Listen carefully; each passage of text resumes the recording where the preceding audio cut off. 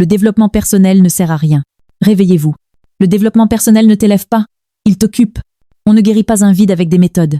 Le développement personnel est devenu le maquillage spirituel de l'ego. Tu ne te développes pas, tu retardes la rencontre avec toi-même. On t'a appris à t'améliorer pour ne jamais te comprendre. Le développement personnel ne libère pas. Il rend l'ego plus performant. Tu ne manques pas de motivation. Tu manques de vérité. Le vrai chemin ne t'améliore pas. Il te démonte. Tant que tu veux devenir quelqu'un, tu refuses d'être. On t'a vendu des techniques pour éviter le silence. Le développement personnel ne soigne pas le mal. Être, il le recycle. Tu ne te construis pas. Tu empiles des masques. On ne s'éveille pas en se motivant. Le développement personnel est une prison décorée. Tu n'as pas besoin de t'améliorer. Tu as besoin de t'arrêter. Chaque promesse d'évolution cache souvent une peur d'être. Le développement personnel est l'art d'éviter l'essentiel. On ne se libère pas en devenant plus, mais en étant moins. Tu n'es pas brisé, tu es distrait. Le développement personnel nourrit ce qu'il prétend guérir. Imagine un instant un homme qui passe sa vie entière à polir les barreaux de sa prison. Chaque jour, il les rend plus brillants, plus lisses, plus élégants. Et chaque jour, il se félicite de ses progrès. Il ne voit pas qu'il est enfermé. Il croit évoluer.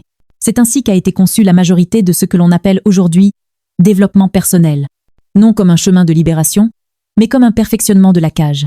Nous vivons dans une époque où l'on ne demande plus à l'être humain qui il est, mais ce qu'il peut devenir.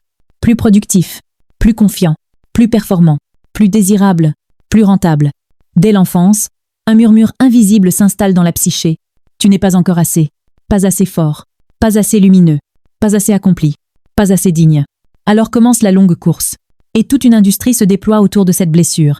Des séminaires, des programmes, des méthodes, des promesses. Non pour guérir le sentiment d'incomplétude, mais pour l'exploiter, le nourrir, le rendre chronique. Car un être humain apaisé n'achète pas de solution. Un être humain réconcilié ne court pas après des modèles. Un être humain enraciné ne se compare pas. L'industrie du développement personnel prospère sur une matière première précise. Le manque. On t'enseigne à t'améliorer pour être validé, à te motiver pour produire davantage, à réussir pour justifier ton existence. Ta valeur devient conditionnelle, indexée sur tes résultats, suspendue à tes performances. Tu ne vis plus, tu te gères, tu ne te rencontres plus, tu t'optimises. Et lentement, sans violence apparente, l'identité se déplace. Tu n'es plus la conscience qui fait l'expérience de la vie. Tu deviens un projet, un chantier permanent, un produit en mise à jour, un avatar en construction. Comme le disait Jiddu Krishnamurti, tant que l'homme cherche à devenir quelque chose, il oublie d'être. Cette phrase, à elle seule, pourrait faire s'effondrer des bibliothèques entières de méthodes de développement personnel. Car le devenir est le carburant de l'ego. Et l'ego ne cherche pas la vérité. Il cherche la continuité. L'ego est une structure de survie, un outil né pour naviguer dans le monde, pour se repérer, se protéger, se nommer. Mais dans notre civilisation, l'outil est devenu roi. Le serviteur a pris le trône. Et ce roi usurpateur a une obsession. Se renforcer, se rassurer, se prolonger. Alors il transforme la spiritualité en stratégie, la conscience en performance, la quête intérieure en projet d'image. Il ne veut pas mourir, il veut évoluer, car évoluer lui permet de rester aux commandes. Le véritable chemin spirituel ne t'améliore pas, il te dérange, il te dépouille, il t'expose, il ne polite pas le masque, il le fissure, il ne renforce pas le personnage, il le rend translucide. Dans toutes les traditions initiatiques authentiques, la première étape n'est jamais l'expansion, c'est la déconstruction. Dans l'Antiquité, on appelait cela une mort symbolique. Chez les alchimistes, la nigredo, la phase noire. Dans le bouddhisme, la vision juste de la souffrance. Chez les mystiques chrétiens, la nuit obscure de l'âme. Toujours le même mouvement. Ce qui est faux en toi doit tomber, avant que ce qui est réel puisse apparaître. Plotin l'exprimait ainsi. Ne cherche pas à embellir ton image, cherche à te retourner vers ta source. Mais le développement personnel moderne fait l'inverse. Il ne te retourne pas, il te projette. Chaque nouveau programme te promet une version améliorée de toi-même, plus charismatique, plus confiante, plus influente, plus abondante. Et à chaque promesse correspond une implication silencieuse, celle que ce que tu es maintenant ne suffit pas. Ainsi se crée une dynamique sans fin. Car si tu acceptais pleinement ce que tu es, ici et maintenant, toute l'architecture du manque s'effondrerait. Alors on te donne des objectifs, des idéaux, des archétypes de réussite, et tu te mets à courir après ton ombre. Socrate, considéré comme l'un des pères de la philosophie occidentale, n'enseignait pas comment devenir quelqu'un. Il enseignait comment voir clair. Connais-toi toi-même. Pas améliore-toi. Pas dépasse-toi. Pas construis-toi. Connais-toi. Car voir profondément ce que l'on est, sans fuite, sans enjolivement, sans condamnation, est déjà un acte de transformation. Carl Jung disait « Ce à quoi tu résistes persiste, ce que tu regardes se transforme ». Mais le développement personnel ne t'invite pas à regarder. Il t'invite à corriger. Or, on ne se libère pas de ce que l'on n'a jamais rencontré. Le problème n'est pas que l'homme veuille évoluer. Le problème est d'où il évolue. S'il évolue depuis le manque, il nourrit le manque. S'il évolue depuis la peur, il raffine la peur. S'il évolue depuis l'ego, il sacralise l'ego. Alors même ses succès deviennent des chaînes. Même ses victoires deviennent des identités. Même ses accomplissements deviennent des prisons dorées. Comme le disait Alan Watts. L'ego est un excellent serviteur, mais un terrible maître. Le développement personnel moderne n'apprend pas à remettre l'ego à sa place. Il lui donne les commandes. On t'a fait croire que tu étais venu sur Terre pour te construire. Mais les traditions spirituelles parlent d'autre chose. Elles parlent de souvenirs, de dévoilement, de retour. Dans la Kabbale, on dit que l'homme n'a pas à créer la lumière, mais à retirer les voiles qui la cachent. Dans l'hindouisme, on enseigne que l'Atman n'a pas à devenir brahman. Il l'est déjà. Dans le taoïsme, Lao Tse affirme « En cherchant à s'améliorer, l'homme s'éloigne. En cessant d'ajouter, il se rapproche. » Tout est là. Le chemin réel n'est pas additif. Il est soustractif. Il ne s'agit pas de devenir plus. Il s'agit de cesser d'être ce que l'on n'est pas. Mais cette vérité est dangereuse pour une économie fondée sur l'insatisfaction. Car un être qui se connaît ne consomme pas de promesses. Il n'achète pas d'identité. Il ne court pas après des versions futures de lui-même. Il habite, il ressent, il discerne. Et surtout, il devient difficile à manipuler. Alors on lui vend des miroirs au lieu de fenêtres, des techniques au lieu de silence, des objectifs au lieu de présence. On lui apprend à se motiver, mais pas à se rencontrer, à performer, mais pas à s'écouter, à conquérir, mais pas à comprendre. Et pourtant, dans le cœur de chaque être humain, il existe une mémoire plus ancienne que tous les livres, une nostalgie sans objet, un appel sans image, un pressentiment de vérité. C'est cette mémoire que le développement personnel recouvre sous des couches de projets. C'est cette voix que l'ego étouffe sous le bruit du devenir. Mais parfois, dans un échec, dans une fatigue profonde, dans une nuit intérieure, quelque chose se fissure, et l'homme qui voulait se perfectionner commence, être pour la première fois, à s'interroger. Non plus, comment puis-je devenir meilleur? Mais, qui suis-je? Avant tous mes efforts. C'est là que commence réellement le chemin. Après avoir enfermé l'homme dans l'idée qu'il n'est pas assez, il fallait lui offrir une promesse. Non plus seulement travailler dur, mais attirer. Non plus seulement lutter, mais visualiser. Non plus seulement produire, mais vibrer. Ainsi est née la nouvelle mythologie moderne. Celle d'un univers présenté comme un distributeur automatique cosmique. Pense, projette, désire, et le monde obéira. Mais derrière ce langage séduisant se cache une confusion profonde. Celle entre conscience et contrôle, entre alignement et manipulation, entre résonance et captation. La loi d'attraction, dans ses versions populaires, flatte une part très précise de l'être humain, celle qui veut obtenir sans se transformer.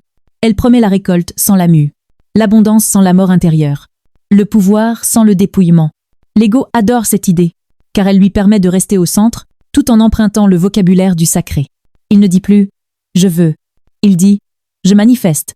Il ne dit plus « j'exige », il dit « je vibre ».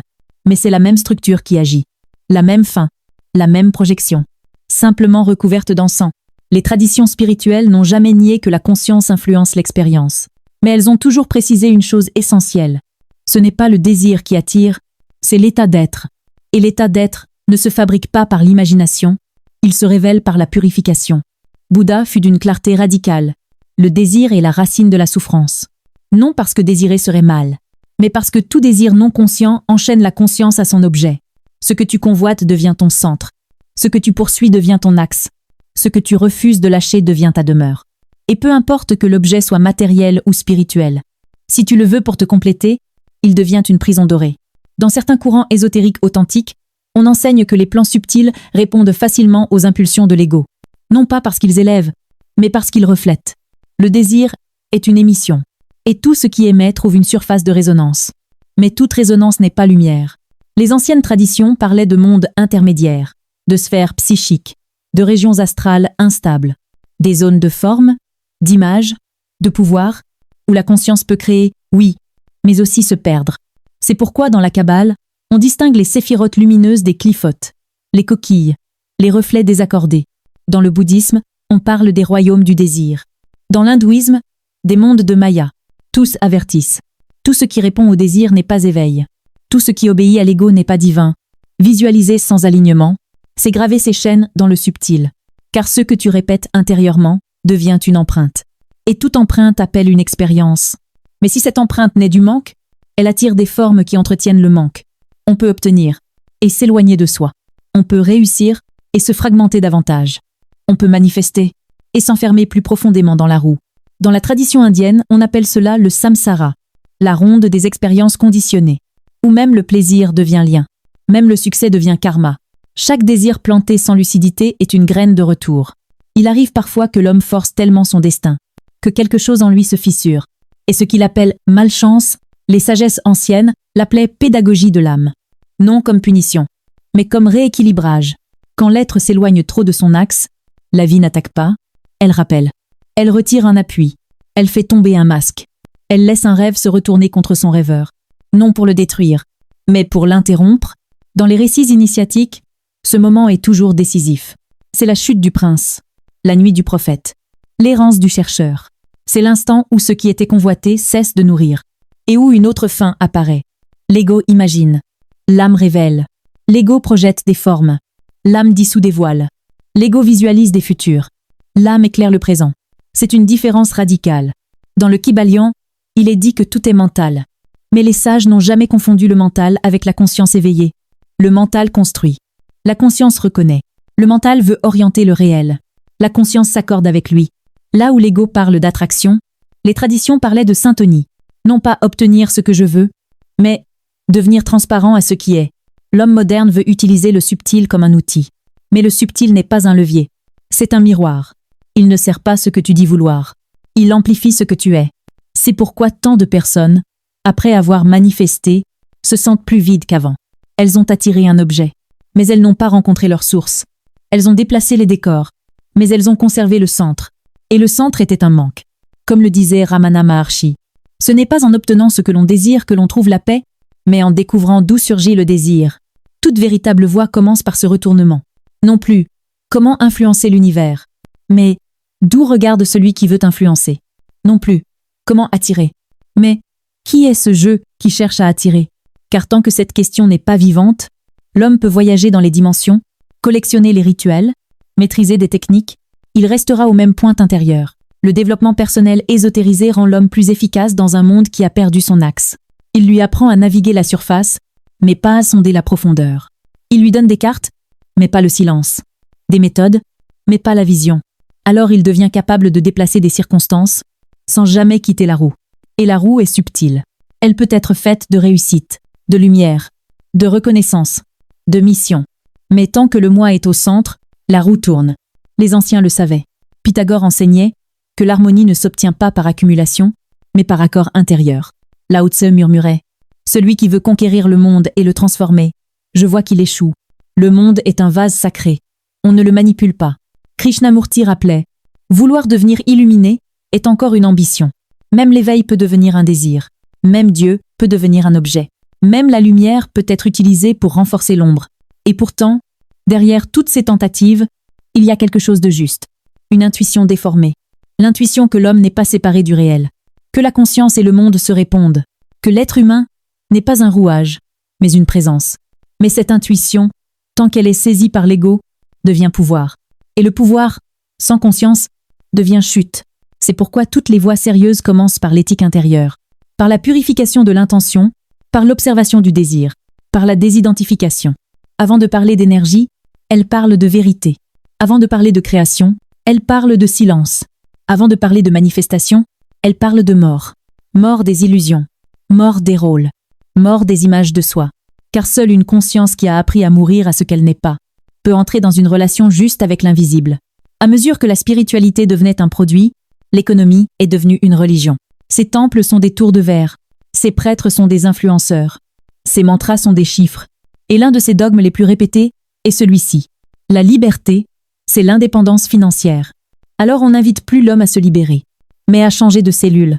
Non plus l'employé, mais l'entrepreneur. Non plus l'ouvrier, mais l'investisseur. Non plus celui qui subit, mais celui qui optimise, mais très rarement, celui qui se désidentifie. On te dit, apprends à faire travailler l'argent. Apprends à utiliser l'argent comme levier. Apprends à penser comme un investisseur. Et techniquement, c'est vrai, comprendre les mécanismes économiques est une compétence. Mais toute compétence sert un axe. Et la vraie question n'est jamais « Combien puis-je gagner ?» mais « Qui est-ce que je nourris en gagnant ? Mon ego ? Mon besoin de contrôle ? Mon désir de reconnaissance ? Ou quelque chose de plus vaste que moi ? Dans les traditions anciennes, l'argent n'était ni sacré ni maudit. Il était révélateur, comme le pouvoir, comme la sexualité, comme la parole, des amplificateurs de conscience. Entre les mains d'un être centré, il devenait service. Entre les mains d'un être fragmenté, il devenait domination. C'est pourquoi Jésus parlait de Mammon, non comme d'une monnaie, mais comme d'une puissance intérieure. Un principe, là où se fixe ta sécurité, là se fixe ton Dieu. Là où se dépose ton espérance, là se construit ton temple. Le discours moderne ne t'enseigne pas à utiliser l'argent pour servir la vie. Il t'enseigne à utiliser la vie pour accumuler. Accumuler des biens, des parts, des positions, des images. On ne te demande pas « Que fais-tu de ce que tu reçois ?» On te demande « Comment en recevoir plus ?» Et cette question, répétée toute une existence, forme une psyché de rareté, de comparaison, de compétition. Car si ton bonheur dépend de ce que tu possèdes, alors l'autre devient une menace. S'il dépend de ce que tu contrôles, alors le monde devient un champ de bataille. Beaucoup croient quitter l'esclavage en changeant de statut. Mais l'esclavage n'est pas un contrat, c'est une relation intérieure. On peut diriger 1000 entreprises et être intérieurement asservi.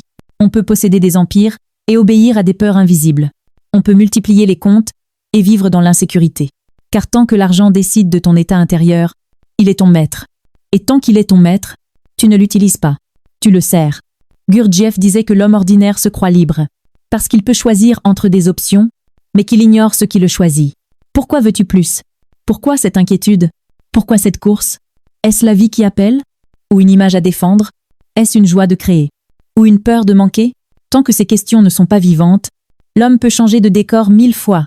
Il reste dans la même pièce intérieure. Dans l'alchimie spirituelle, l'or n'était jamais d'abord un métal. Il était un symbole, celui d'une conscience purifiée, d'un centre unifié, d'un feu devenu lumière. Les faux alchimistes cherchaient à fabriquer de l'or. Les vrais cherchaient à devenir capables de le recevoir sans se perdre. Car tout ce que tu obtiens au-dessus de ton niveau d'être devient une épreuve, parfois une chute, parfois une inflation, parfois une prison dorée. Regarde l'histoire. Combien de figures ont atteint ce que le monde appelle le sommet, pour s'y dissoudre? Rois entourés d'or et rongés de solitude. Génies célébrés et intérieurement vides. Conquérants ivres de territoire et exilés d'eux-mêmes.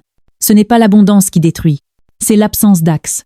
Sans verticalité, toute expansion devient dispersion.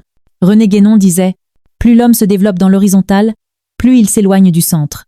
Accumuler sans se centrer, c'est s'étendre en se perdant. » Le discours économique moderne parle de liberté, mais il parle rarement de souveraineté intérieure.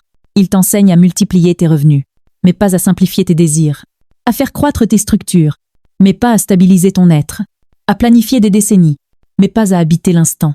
Alors l'homme devient gestionnaire de sa survie. Il ne vit plus, il administre. Il ne sent plus, il calcule. Il ne sert plus, il capitalise. Dans certaines traditions, on disait qu'un homme riche qui n'a pas travaillé sur lui-même ressemble à un enfant à qui l'on donne une épée. L'arme n'est pas mauvaise, mais la main n'est pas prête. L'argent, comme toute puissance, exige une maturité de conscience. Sans elle, il renforce ce qui est déjà là. Si c'est la peur, il amplifie la peur. Si c'est l'orgueil, il magnifie l'orgueil. Si c'est le vide, il élargit le vide. Tu peux appeler cela réussite. Mais intérieurement, c'est souvent une dépendance sophistiquée. Une dépendance aux chiffres, aux résultats, aux courbes, à l'image. Et toute dépendance est une délégation de souveraineté. Tu donnes à quelque chose le pouvoir de décider de ton état. Et ce jour-là, tu n'es plus maître. Le paradoxe est là. On croit utiliser l'argent, mais on organise sa vie pour lui. On structure son temps, ses relations, ses choix, autour de ce qu'il exige. Et ce qui devait être un outil devient une loi. Ce qui devait servir commence à orienter. Ce qui devait circuler commence à commander. Les sages n'ont jamais fui l'action. Ils ont fui la confusion.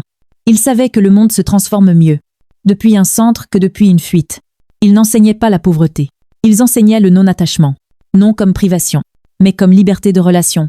Pouvoir utiliser sans dépendre, posséder sans être possédé, créer sans se perdre. Car le véritable patron n'est pas celui qui accumule, c'est celui qui ne se laisse pas définir, ni par ses pertes, ni par ses gains, ni par ses titres, ni par ses chiffres. Celui dont la valeur ne fluctue pas avec ses comptes, celui dont la paix ne dépend pas de ses bilans. Celui-là peut toucher l'or sans s'y enchaîner. Arrivé à ce point du chemin, quelque chose commence à se taire. Après les promesses, après les méthodes, après les conquêtes, après les séductions du subtil et les mirages du succès, une fatigue plus profonde apparaît. Pas une lassitude du monde, une lassitude de soi, de ses rôles, de ses stratégies, de ses masques. Et dans ce silence naissant, une autre question émerge. Plus nue, plus essentielle. Non plus, comment puis-je réussir ma vie? Mais, qui vit, avant même que je la dirige? Toutes les traditions initiatiques commencent réellement ici, lorsque l'homme ne cherche plus à s'ajouter, mais à se délester, à se retirer de ce qu'il n'est pas, à mourir à ce qu'il a appris à être, à déposer ce qu'il a porté trop longtemps. Car ce que l'on appelle éveil n'est pas une acquisition. C'est une désidentification, une sortie progressive des couches, du corps que je crois être, du rôle que je joue, de l'histoire que je me raconte, du personnage que je défends. Comme le disait Nisargadatta Maharaj, vous n'avez pas à devenir ce que vous êtes, vous avez seulement à cesser d'être ce que vous n'êtes pas. Tout est là. Le véritable chemin spirituel ne construit pas un homme nouveau. Il révèle ce qui, en toi, n'a jamais été construit. Dans la Kabbale, on ne parle pas d'ajouter de la lumière, mais de réparer les réceptacles. Dans l'hindouisme, on n'enseigne pas à fabriquer l'Atman, mais à dissoudre l'ignorance. Dans le christianisme mystique, on ne cherche pas à atteindre Dieu, mais à retirer ce qui empêche Dieu de se reconnaître. Jean-Yves Leloup écrivait « Ce n'est pas Dieu qui est loin de l'homme, c'est l'homme qui est plein, plein d'images, plein de commentaires, plein de récits, plein de volonté. Alors la voix devient un allègement. » René Guénon parlait de verticalité, non comme une croyance, mais comme une orientation de l'être. La plupart des hommes vivent horizontalement. Dans le temps, dans les projets, dans les comparaisons, dans les accumulations, la verticalité n'ajoute pas une dimension. Elle recentre, elle ne demande pas plus d'efforts. Elle demande une autre posture. Passer de faire à être, de vouloir à écouter, de contrôler à consentir. Non comme résignation, mais comme intelligence du réel. Les anciens disaient, on ne rencontre pas le sacré en allant loin, mais en allant profond, car ce que tu cherches dans l'expérience est déjà présent dans la conscience qui l'observe. C'est pourquoi Ramana Maharshi ramenait toujours à une seule investigation. Qui suis-je? Non pour produire une réponse, mais pour dissoudre la questionneur. Et lorsque le questionneur se dissout, ce qu'il cherchait apparaît comme ce qui regardait. À ce stade, le rapport à la vie change. L'homme ne cherche plus à utiliser. Il apprend à servir, non par morale, mais par reconnaissance. Il voit que ce qu'il appelle « l'autre » est une modulation du même mystère, que ce qu'il appelle le monde est un mouvement de la même source. Alors l'action ne part plus d'un manque. Elle part d'une écoute. Elle ne cherche plus à prendre. Elle cherche à répondre. Dans ce retournement, l'argent cesse d'être un but. Il redevient un flux, un outil, un langage, un moyen de circulation. Il peut passer, ou ne pas passer, et l'être demeure. Car sa sécurité ne repose plus sur ce qu'il accumule, mais sur ce qu'il reconnaît. Il peut créer, bâtir, investir, œuvrer, mais sans se confondre. Il agit dans le monde, sans être avalé par lui. Comme le disait Lao Tse, le sage agit sans s'approprier, accomplit sans s'attacher, enseigne sans dominer. Dans la tradition alchimique, la véritable pierre philosophale n'était pas ce qui transforme le plomb en or. C'était ce qui transforme l'homme en transparent. Transparent à la vie, transparent à l'intelligence du réel, transparent à ce qui le traverse. Quand l'homme devient transparent, la vie agit sans distorsion. Alors ce qu'il touche tend naturellement à s'harmoniser, non par pouvoir, mais par justesse, non par volonté, mais par cohérence. À ce niveau, même la spiritualité devient simple. Elle cesse d'être un sujet, elle devient une qualité de présence. Être là, entier, sans commentaire intérieur constant. Regarder un arbre sans l'expliquer. Écouter un être sans se projeter. Agir sans se raconter. Et parfois, dans ces instants très ordinaires, quelque chose s'ouvre, sans lumière spectaculaire, sans voix, sans promesse, juste une évidence silencieuse. Être est déjà accompli. C'est cela, la véritable sortie de la roue. Non pas s'élever vers un ailleurs, mais tomber hors de l'illusion. Non pas devenir exceptionnel, mais cesser de se prendre pour le centre. Non pas briller, mais laisser passer. Alors l'homme n'est plus un projet. Il est une présence en relation. Il n'est plus un manque en mouvement. Il est une source en partage. Bouddha appelait cela le nirvana. Les taoïstes, le Tao. Les chrétiens, le royaume. Les soufis, l'ami. Les kabbalistes, l'Ein Sof. Les hermétistes, l'un. Les noms changent, mais l'expérience est la même. Celle d'une conscience qui ne se contracte plus autour d'elle-même. Et être-ce cela, finalement, pourquoi l'homme est venu sur Terre? Non pour se perfectionner, non pour se rentabiliser, non pour se justifier, mais pour se souvenir de ce qu'il est, avant d'avoir appris à devenir quelqu'un. Tu n'es pas ici par hasard, Dans la spiritualité, il n'y a pas de pitié. Tu comprends les lois de l'univers ou tu les subis. Soit tu vis, soit tu respires. Tu ne peux pas échapper à ce que tu es. Ici, c'est pas la morale qui décide. C'est la vibration. Il n'y a pas pitié dedans.